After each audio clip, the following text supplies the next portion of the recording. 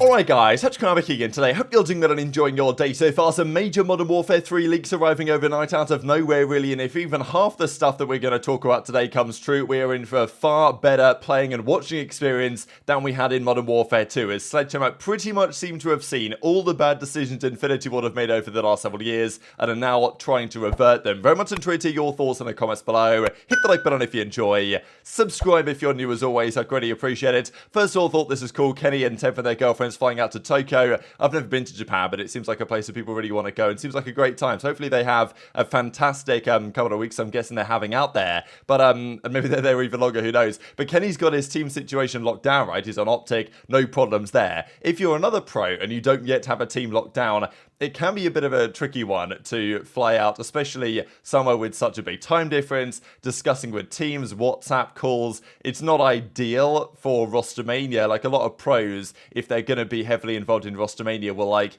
usually, unless they're a real hot commodity and they can just do what they want, like Pred for example, they'll usually stay around in the States for a little bit just to get that locked down. But in Temp's case, the only options left really are Vegas and London. Both options, at least to our understanding as it stands, both options Temp might not want to go for anyway, because he did say that he might just prefer to start in challenges and then hope to get a better chance elsewhere, which might be a valuable idea. We discussed that the other day, and Octane's perspective was to the contrary, so we'll see how that goes, but definitely makes it marginally less likely. I think that Temp's going to be signing any big deals over the next couple of weeks, but still hoping for the best. Hope they have a great time out there, of course. Yesterday was OpTic Day, and they had Scump doing some 1v1s, right? Just outside the headquarters in the heart of downtown Dallas, and here's Scump getting, well, I think Shotzzy was warming him up right before everyone turned up later on. Also, they had Zinni doing some 1v1s as well. You can see here, like, Scump and Shotzzy and the Hex and Maniac and everything watching this go down. So hopefully that was a good time for those of you that, I'm sure a couple of you guys watching this attended this yesterday, so hopefully it was a good time and all that.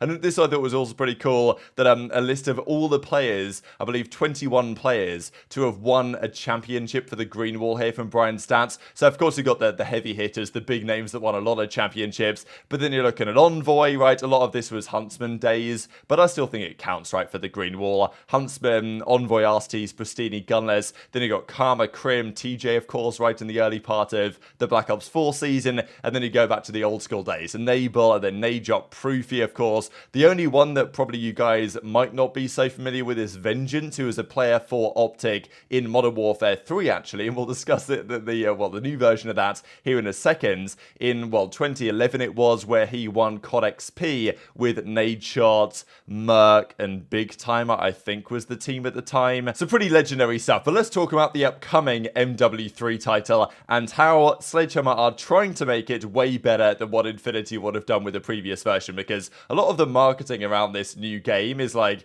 it ain't Modern Warfare 2, guys. Like, you know, feel free to believe that it's going to be better. Now, like I've said over the last couple of days, my confidence for these games is at an all-time low, but it still is possible. Like, it's still possible they can make a good game here. Whether I believe that until I see it, I think remains to be seen a little bit. But anyway, they're marketing around the red dots, and I think if people are like texting this number, right, we mentioned this the other day, if you talk to them about red dots, they will tell you it's confirmed, and this apparently is now COD confirmed, and the classic minimap is returning to Modern Warfare 3. I will say, as Octane says, we have strayed so far from the light that this needs to be something that needs to be confirmed, but at least it is confirmed, and this is the way I look at the developers. Infinity Ward are, as far as I'm concerned, they seem to be actively hostile to the intentions of the competitive COD scene. We know there's been developers in Infinity Ward that have said, the pros have ruined the game and all this stuff. They don't seem to like the COD scene if they even know it exists at all, from a competitive perspective. That's Infinity Ward's point of view.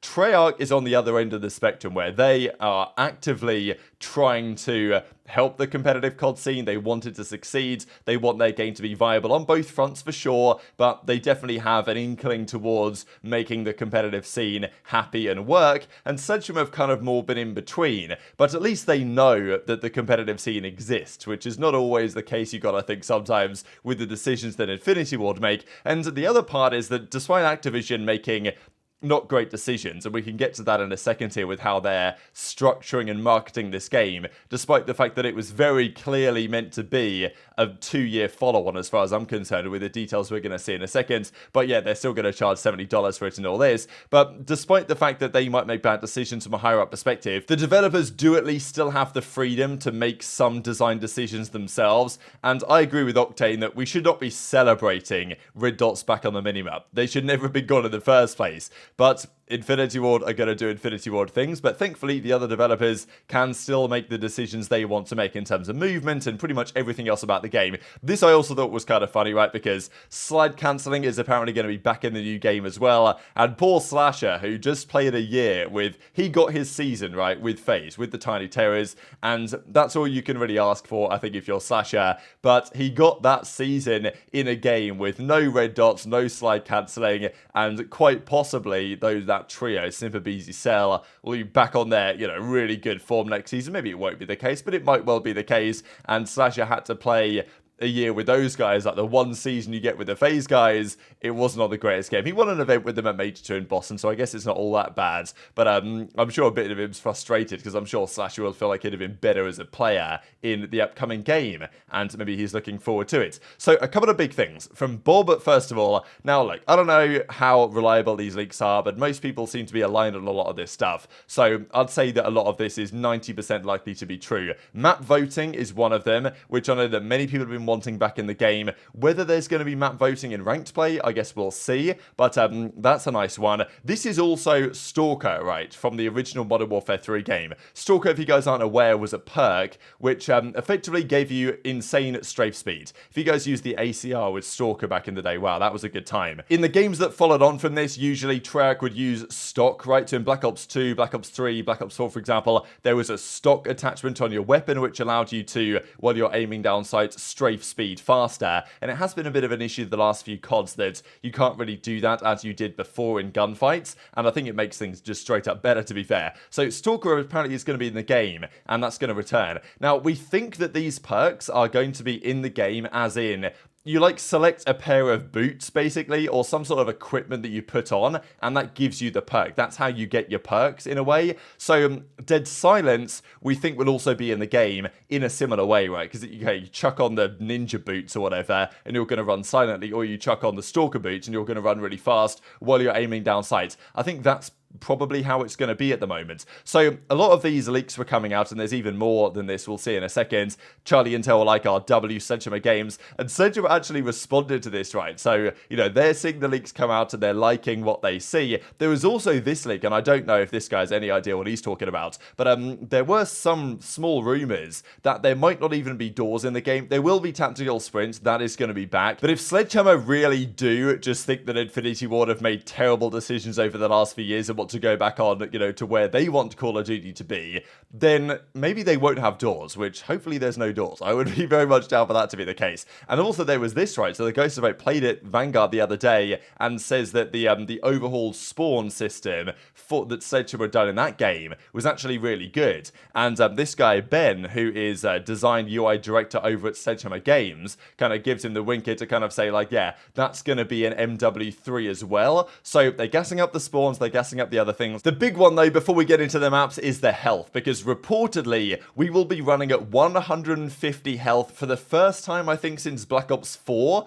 In Black Ops 4, there was 150 health, and that game, I think, played fantastic. Now, we've got to remember that the health is only relative to the damage of the weapons. If you increase the health by 50%, but you increase the damage by 50%, it's not going to make any difference. But the intention would be here to increase the time to kill, and actually make it more difficult to kill somebody, and frankly increase the skill gap. This has been the big thing. The guns over the last few games kill so fast and they shoot so straight. There's no recoil. The aim assist is so good, because back in games like Black Ops 2 the time to kill was rapid, but it was difficult to actually hit somebody back then. So I think this is a big deal, to be honest, and a lot of people have been asking for a slower time to kill than we had in Modern Warfare 2, especially over the past couple of recent games. So Black Ops 4 150 health was fantastic, I thought. Now the stim shot made it kind of outrageous, but the actual time to kill from 150 down to 0 was really good. But this to me is a really big deal, right? Anything that's going to increase the skill gap in aiming is like just absolutely fantastic.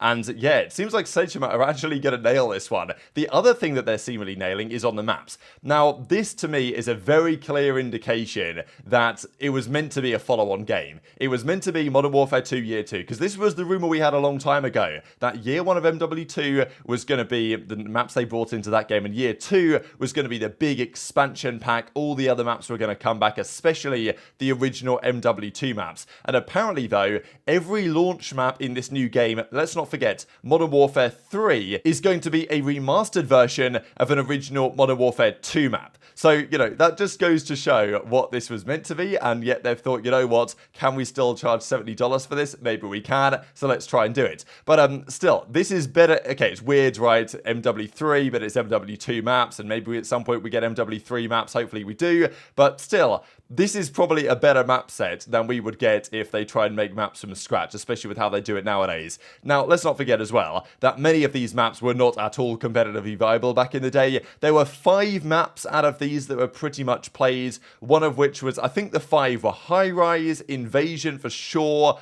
Karachi, Scrapyard and Terminal. I think that was the 5 that were kind of played in competitive, and hopefully those 5 arrive into Modern Warfare 3 and we could have a really good thing on our hands here. The other thing as well is that it's coming up to 20 years of Call of Duty, and the rumor was a while ago, as Pranjal points out, that there was going to be like a greatest hits map pack that arrived for 20 years of COD with the best maps from IW games, Treyarch games, Sledgehammer games, and Bob reckons that this might have turned into MW3, as in we might get, with any luck, a lot of the launch maps and the maps that arrive shortly after launch are kind of like a best of maps from the old school games.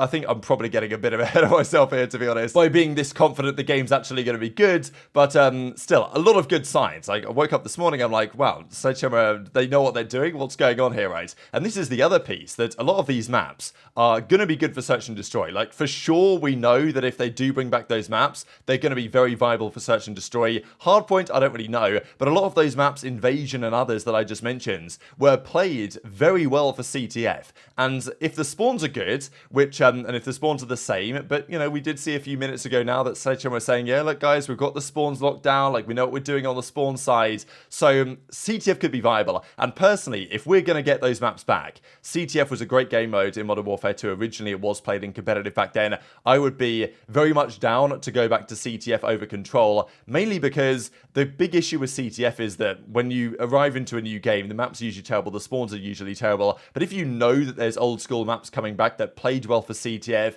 and just bring the same spawns back as there was then with a few tweaks, that could be a really good idea. So as far as I'm concerned, this seems like a good thing. These are all the current rumors. There's meant to be a ninja perk and a stalker perk. You know, you put the gear on, right? So your boots, your gloves, your helmet, your vest or whatever. That's how you get your perks. 150 health, classic mini-map, like a few other things, reload cancelling, slide cancelling, map voting, remastered maps, lots of good things as far as I'm concerned compared to what we have had for especially the most recent title, right? MW2 versus MW3. So we'll see if this comes true. But as far as I'm concerned, it definitely seems like Cellium have seen a lot of the errors. And look, a lot of these developers are fans of COD as well. They played the old school CODs. They knew what it used to be back in the day. And they've seen Infinity Ward making, as far as probably they're concerned, some very questionable decisions over the last several years and have decided, you know what, screw those guys. We're going to do your game, but significantly better going forward. So if this is the case, I think we can be in for a good season. And the season already is shaping up massively well. The teams are really spicy. The storylines are fantastic for the new year.